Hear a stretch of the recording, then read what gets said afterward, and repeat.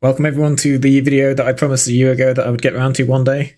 Well, today is that day. The main point of this is just to archive a load of DS2 knowledge that's been found over the years and keep it in one place, as things can eventually be lost to time, and it's nice to keep records for the future folks. It definitely would have been possible to do an iceberg type video here, where the author somewhat arbitrarily judges the most or least well known things about a game, but I'll leave that to someone else to do if they want to. Instead, this is going to be a completely unordered list of 25 things that I found interesting enough to include. And if you have any more, feel free to send them to me on Discord. Maybe I'll do a sequel one day if we can accumulate enough of the new things.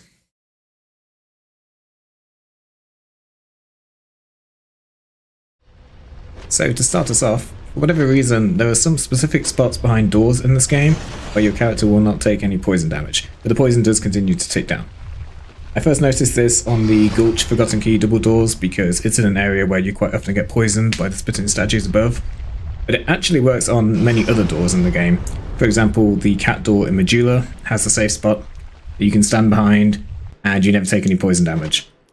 I don't really know why this is in the game. If I was forced to speculate, perhaps it was a mechanism in the early development to try and prevent a situation where the player dies from poison halfway through opening the door and it gets stuck in a half-open state.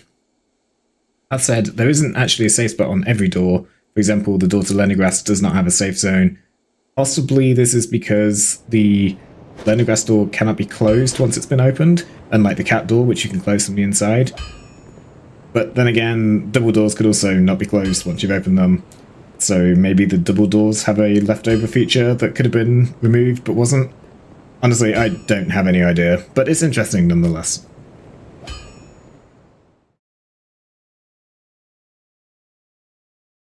So it's been known for a long time that on Old Patch you can just bind a boost up to Giant Lord and you'll have him take the head damage from this rolling rock head thing. 90% you use this and it's pretty good time save. At top level you really need this damage, and if you don't get it you might as well reset. But did you know you can actually get this head damage on current patch? We don't have binder boost, so it'll be a bit more inventive. About a year ago I realised that if you have a long enough range bow, you can aggro him early enough into the fight that he'll still get hit by this head. So this clip is using a sea bow and also the Hawk Ring, although honestly just the sea bow or Hawk Ring are fine. The reason I'm using the sea bow here is because it has the longest range stat out of all the bows, and this is pretty easy to do with this setup. When recording this, I found it's actually possible to do this with just a short bow, which you would have in the speedrun. It's extremely tight to get it to work, but it is, in theory, possible. Probably isn't going to be used in the speedrun at the moment, just because of how precise it is, and because you have these giants wandering around and attacking randomly, so it's not particularly reliable either. But it's cool that you can do it. So Scholar introduces a lot of fragrant branch locations into the game. Which one is the fastest or the most viable to get early on? Assuming you're not doing cat ring skip, which probably would get you the fastest one, the one in Forest is actually pretty easy to get.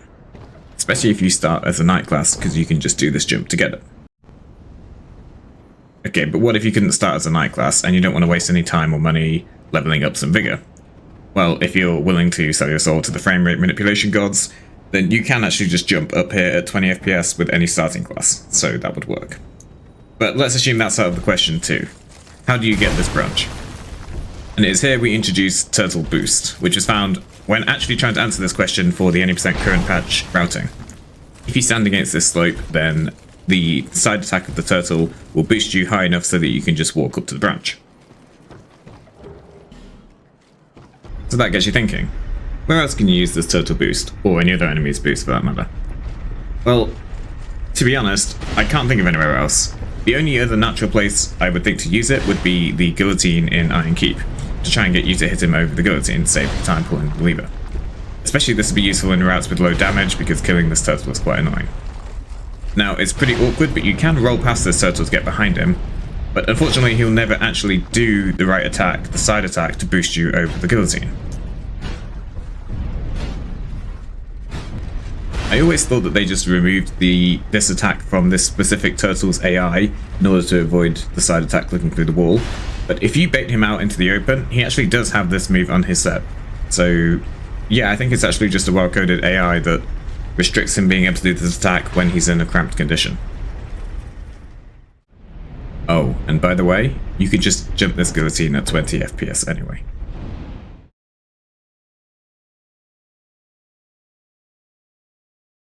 Malentia's bright bugs are designed to restock and to an increased price as you progress through various parts of the game, such as killing Lord Souls or Mirror Knight.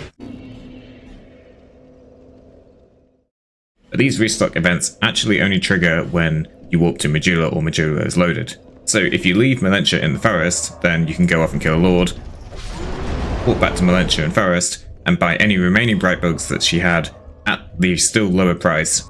This is actually used in the any percent current patch restricted 17k routes, where you don't kill Last Giant and so you can't move Malentia from the forest even if you wanted to, and it saves about 18,000 souls. But you can actually take this one step further if you're willing to use cheats. If you can somehow skip going to Medulla even on the first entry and you warp straight to forest, then Malentia's stock of initial bright bugs doesn't actually exist. It's only upon entering Medulla for the first time that the first 6k stock is enabled.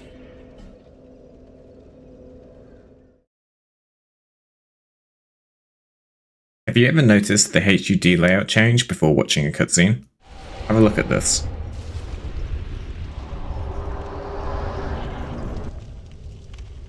Did you see it? Let me slow it right down for you. There's actually 6 different frames before the cutscene which have a different layout.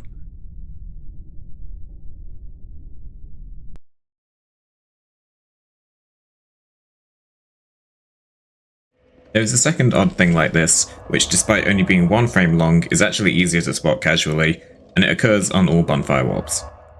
There's an apparently consistent 1 frame window near the start of the load screen where your soul count is displayed on an otherwise black screen. Why is this a thing, and only on Bonfire warps but not on Homeward Bone warps or Dark Signs? I don't know. But I guess it helps in catching any splicing, so I'll take it.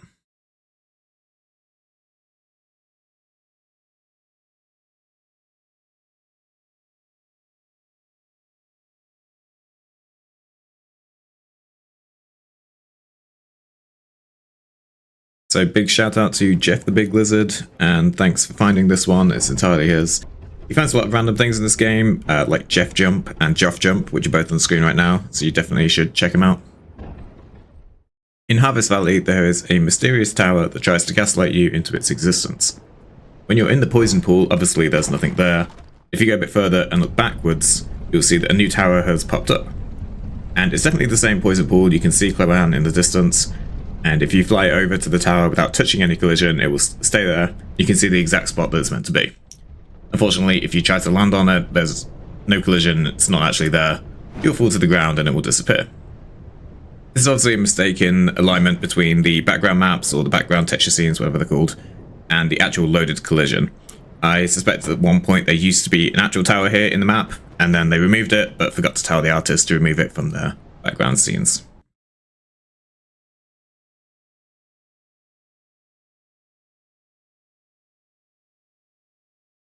This is a very minor thing, but it is actually possible to menu with the cat without having to spam through all of her dialogue. In this save file, I have the Asher Mistheart, so she wants to try and give me 4 lines of dialogue about how rude it is to enter people's memories, but as you'll see, if you stand at a very precise range, you're able to skip that dialogue, but still be able to menu. I'm not certain why this happens. It doesn't seem to happen with any other NPC, and it could in theory save time, but it's just very precise, so not sure we'll use it in the speedrun. If I were to guess, it might be due to slightly overlapping range boxes. Could be defined because the cat has 5 different possible spawn locations. It wouldn't surprise me if they just defined one talk or menu range, and there were some edge cases with how the 5 cats were laid out. And since I've already bothered to boost up the object viewer, here's what the Gigaball family looks like. The bonus for those that might not know, there's a kind of Easter egg in Medulla that if you keep killing the pigs, eventually you'll get medium-sized ones, and then 1 Gigaball will spawn instead.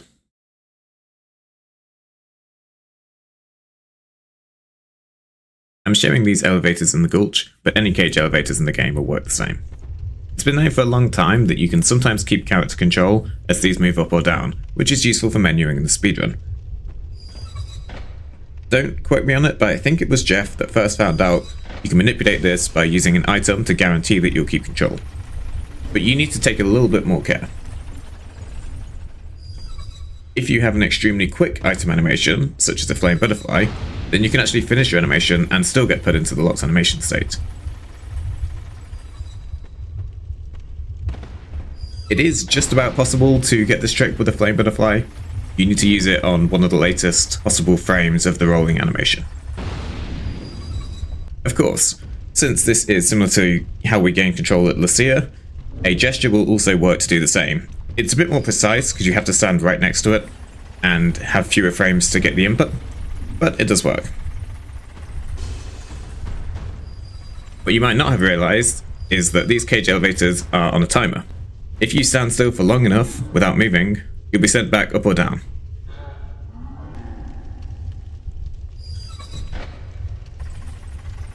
Also, one final thing. For whatever reason, as long as you're looking through the binoculars, the elevator will never activate. Not really sure why this is a thing.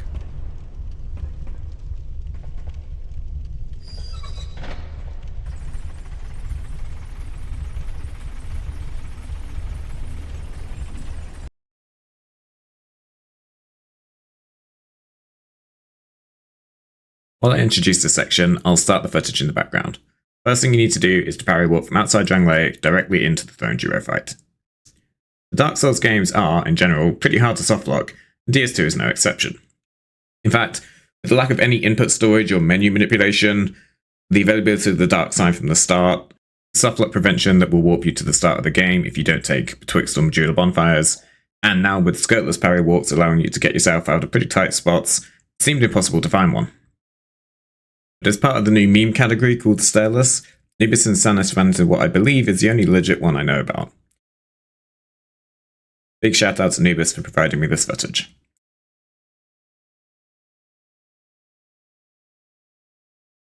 Once you've done the actual parry walk, quit out and re-enter the game.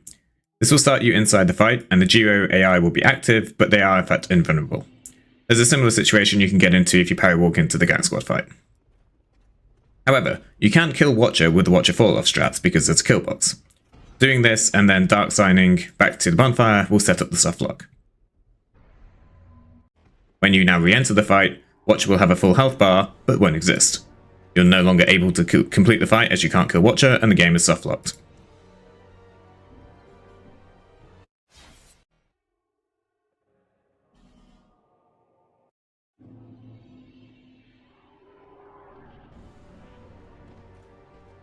Even an ascetic doesn't save you here because you can't burn an ascetic until you kill them, which obviously you're unable to do.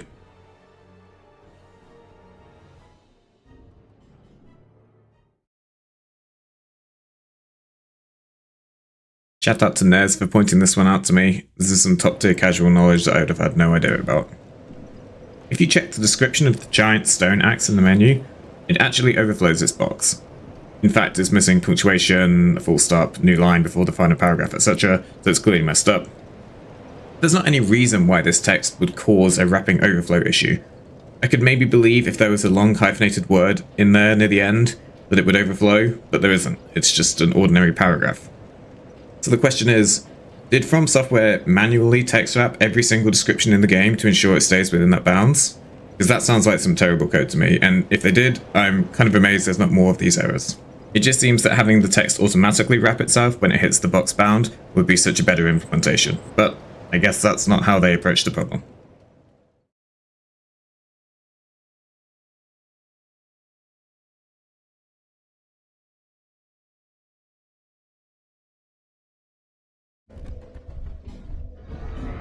Shout out to Doom338 who told me about this one, although it's not incredibly surprising, it's not something I ever knew about, and hopefully you guys didn't know either. It's fairly self-explanatory. Basically, the normal bonfires, when you're invaded, you're not allowed to rest at them or to warp out. In this footage here, you'll see me use the dark sign, just to show that I am actually still invaded when I clip through the fog gate. Usually you wouldn't be able to test this, which is probably why I didn't know about it, but if you are willing to either use no-clip cheats, or you can actually do this with various parry walks in the game, then you can arrive at a primal bonfire without the invader having left. And then it just lets you use it, and you can walk back to Medulla, even though you're invaded.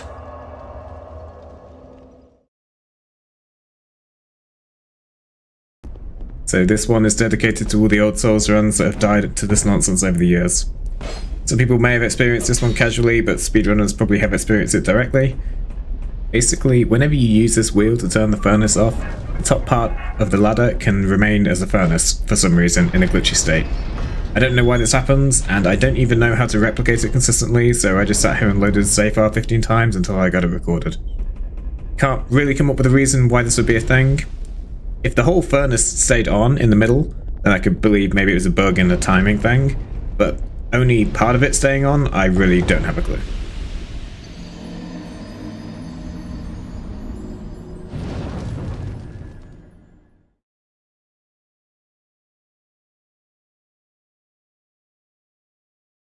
In Dark Souls 2, there is no collision considered when calculating reflected light rays.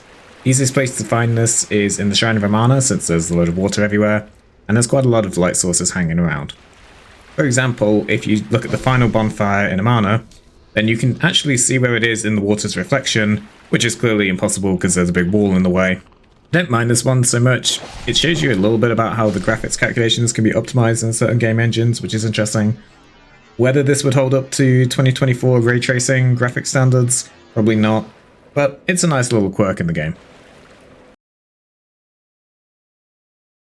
I had to include this one just because of how much of a blue ball it is. Currently don't have a soul dupe on current patch for DS2, but I found out a while ago accidentally that there is a single frame you can cue the use animation.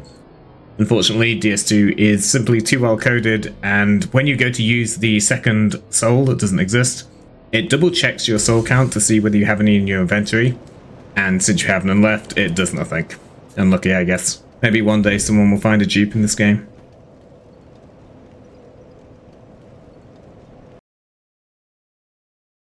So this one would have been so hard to find without looking through the game files that I'm curious if it would have ever been found accidentally.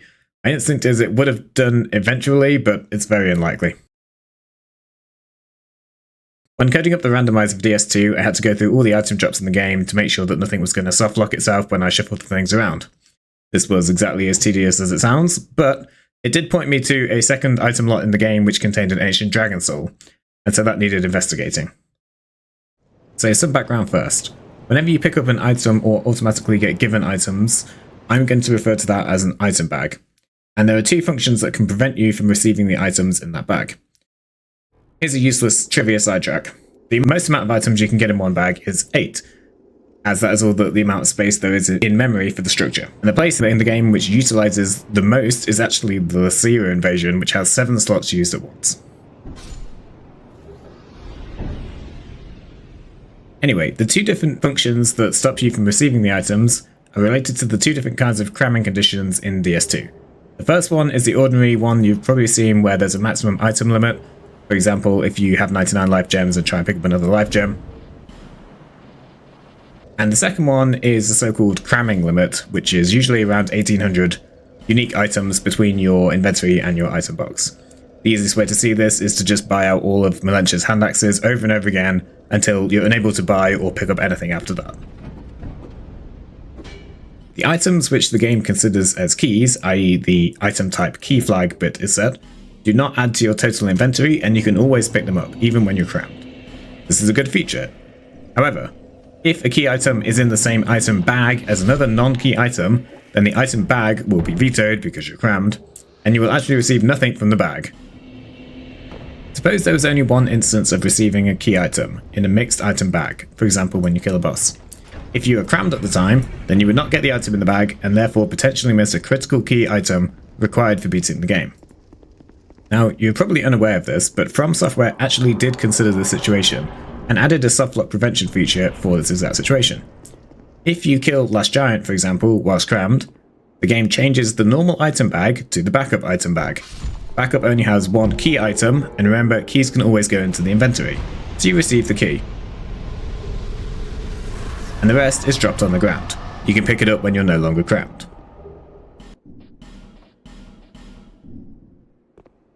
They did this for every single instance of an automatically received mixed key item bag in the game.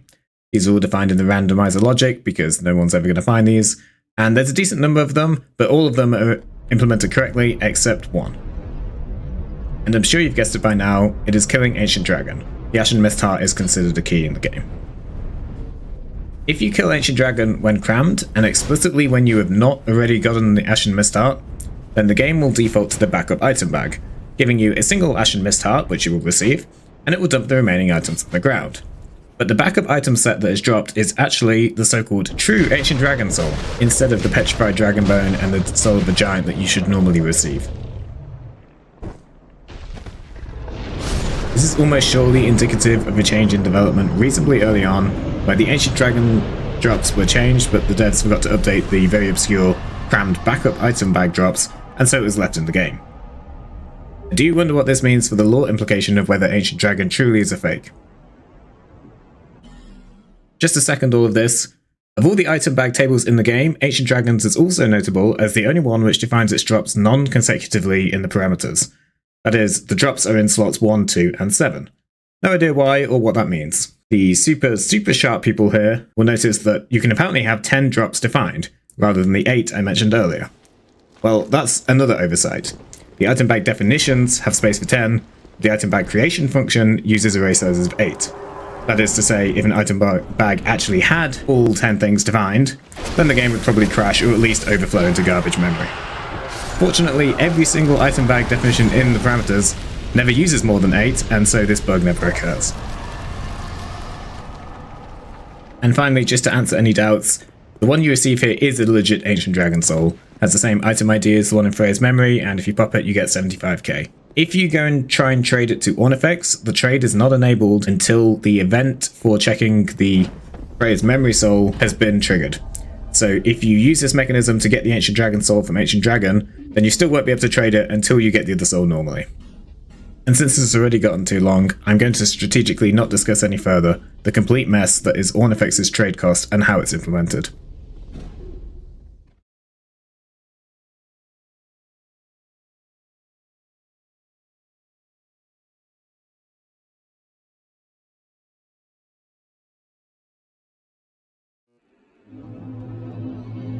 This is a glitch that can happen if you either die or quit out on the same frame that a cutscene is about to load.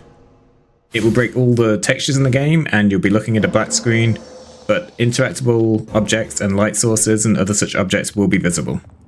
You can actually play the whole game like this, although it's very hard going, but if you like a challenge then crack on and see if you can get through it. Note that this state is not lost even after quitting out to the main menu or warping or dying, but if you enter a legitimate cutscene then it will be lost and you'll have visibility again.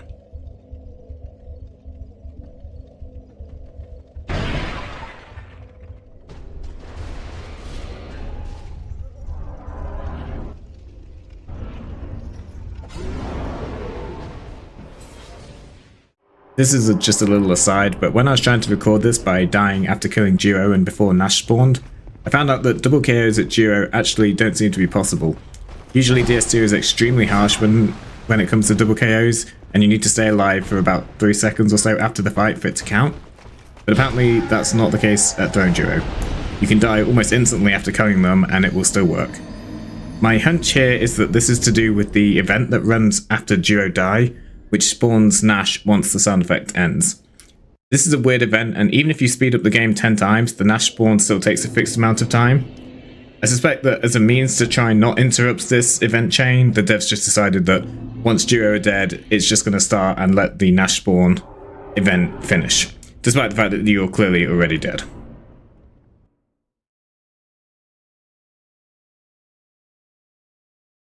This is a short one, which is a really bad meme, but probably isn't that well known, so it got included. Possible shout out to Lichban, who I think pointed this out the first time, but don't quote me on it. So all there is to say here is that if you use B on the load screen, you can get rid of the warnings ever so slightly faster than if you just spam A. This is an extremely minor time save, but it's funny nonetheless.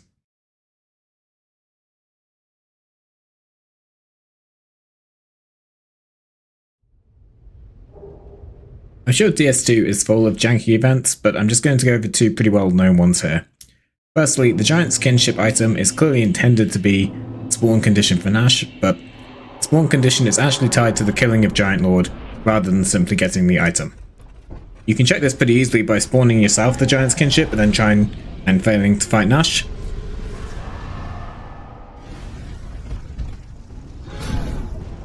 Likewise, you can kill Giant Lord in the randomizer run and you don't even get the kinship and Nash will still spawn.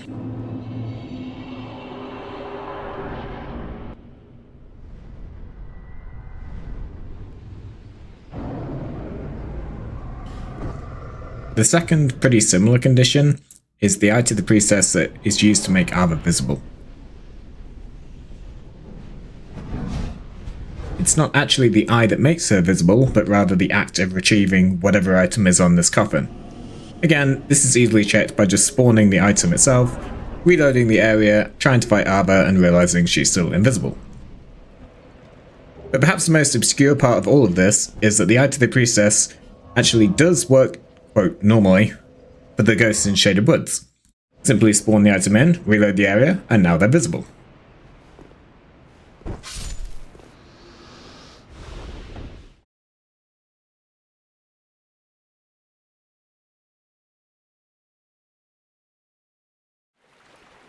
In Scholar, if you run past this guy in Doors of Pharos without attacking him, not a lot happens. You can run all the way out of Doors of Pharos and into Saldura with nothing really looking out of place. Take note of this guy at the end. But let's run past him again wearing the butterfly set. The poison build-up counts as aggression towards the enemy, and if you keep running, his friend from miles away gets mad at you and comes to meet you and annoy you by the lizard. This was actually found exactly like this after the discovery of current patch parry walk. I'm guessing that when making Scholar, they moved one of the previous close-by enemies, but forgot to change the ID for the shared aggro group parameter. So now it just looks ridiculous as an enemy completely beyond sight and sound starts physically coming towards you as soon as you run past his buddy.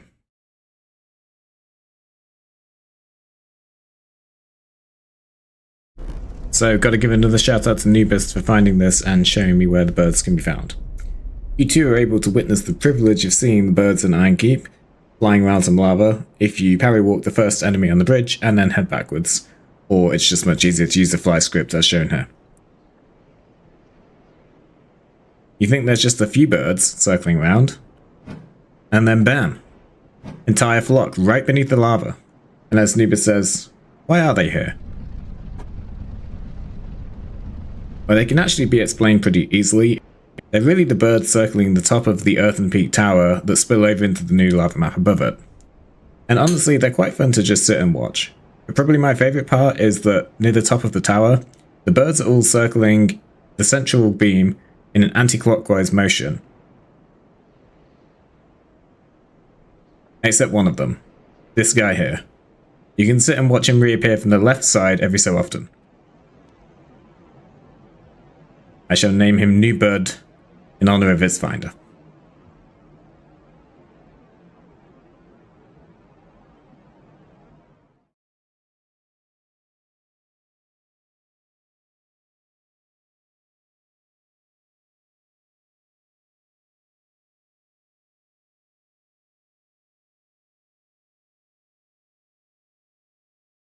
The main point I want to show here is that the event which updates the Covenant rank for completing the dungeon actually triggers slightly ahead of the load screen.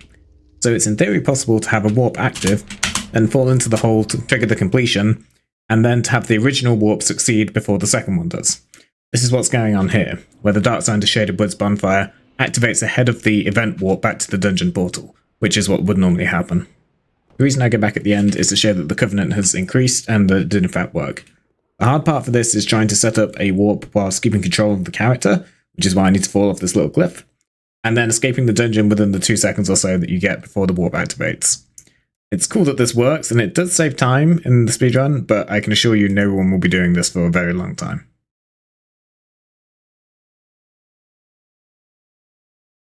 Shout out to whoever it was that found this. I think Jeff showed it me, but I don't think he found it originally. It's very simple. You basically kill the pursuer and things betwixt in Scholar, and you get a Twinkling Titanite as a reward. You then quit out and re-enter, the game gives you another Twinkling Titanite reward. Not really too sure why this happens. I suspect it might be similar to how the quit out at Gulch Giants works, where it kind of rechecks if the enemies are dead and then awards you a soul, or reward. And it's probably just some minor oversight in the event code. Note that this doesn't happen on other pursuers that are splattered around Bastille, probably because they drop the Twinkling TI on the ground rather than give it you as an award automatically.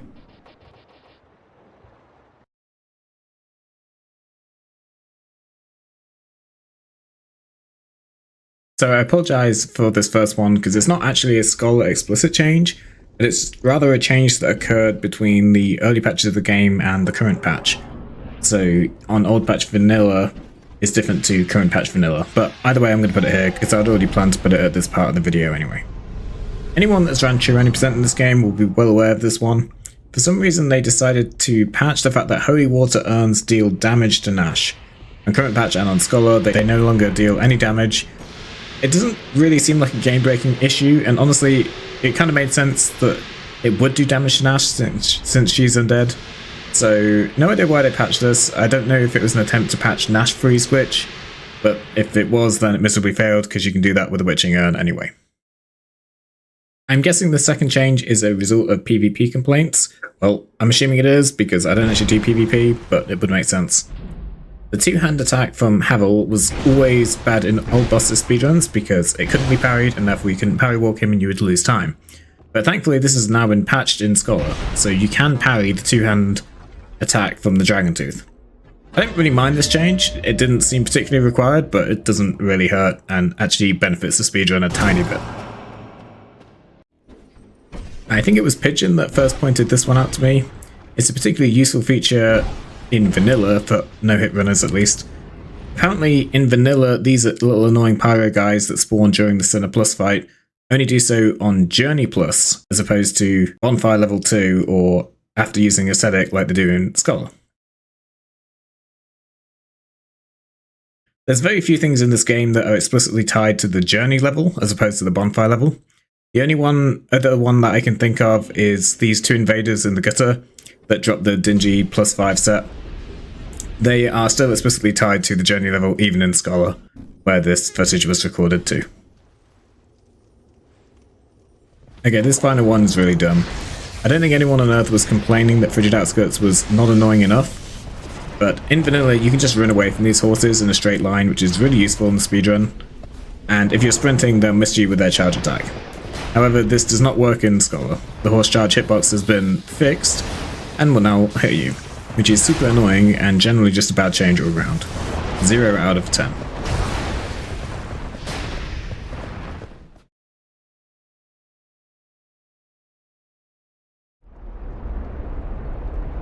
You might know this one. In Scholar, there's a metal chest just before the Belfry Soul Bonfire that has a Thunder Quartz ring +1 inside. But if you try to pick this up in New Game Plus, it becomes a Mimic, and instead drops the Lightning Thunder Quartz +1 ring. Now, I'm nearly certain where this comes from, and it comes from a copy-paste error from Vanilla to Scholar. If you go into Vanilla, you'll find a Mimic over here, which has since been moved, and if you kill it, then you get the Lightning Winged Spear plus some other item. So what happened is, they moved it, cleared out the item IDs, but forgot to change the infusion, or possibly upgrade properties. There's actually only 4 total properties you need to change.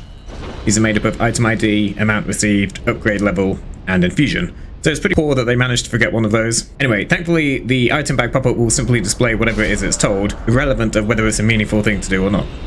And thus we get the Lightning Thunder Quartz ring +1. For reference, the +1 is actually in the name, not in the upgrade. So if you were to call the item function yourself, you can give yourself such items as Bleed Thunder Quartz +1 +4 rings, or for example Mundane +26 binoculars, etc. These actually don't have any effect in game, but it's funny that you can do this nonetheless.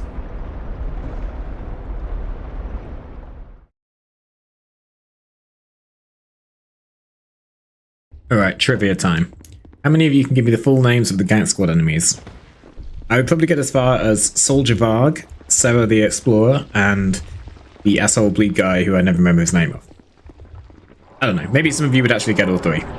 But in fact, we've all been deceived. The true names in the game files are actually our good old friend, Roy the Explorer, and his buddies, Stuart the Explorer, and Koch the Explorer? I don't know, maybe someone could tell me how to pronounce that, probably Gaelic or something. I'll call him Kur. As you can see, Kur has become the asshole bleed guy, Roy has had a little bit of a makeover and is now Sarah the Explorer, and Stuart the Explorer has turned into Havel. I really don't like this fight, and the fact that it was almost something better, or at least different, but they probably ran out of time in development, it's such a pity. And that is unfortunately all I've got time for in this video.